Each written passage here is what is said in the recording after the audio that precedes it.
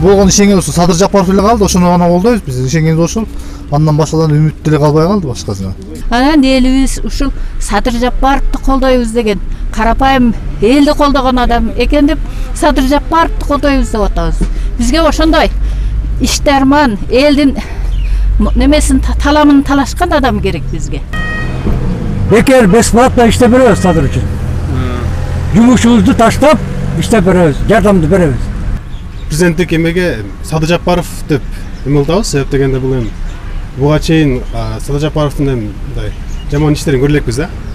Ал эл үчүн камалып, эл үчүн эл кайрылып чыгып, эл ушу бийликке коебуз деген эмеге биз эми ошо колдойбуз да, себеп дегенде жаңы биздин Кыргызстанга жаңы адам керек да, жаңы лицо керек да.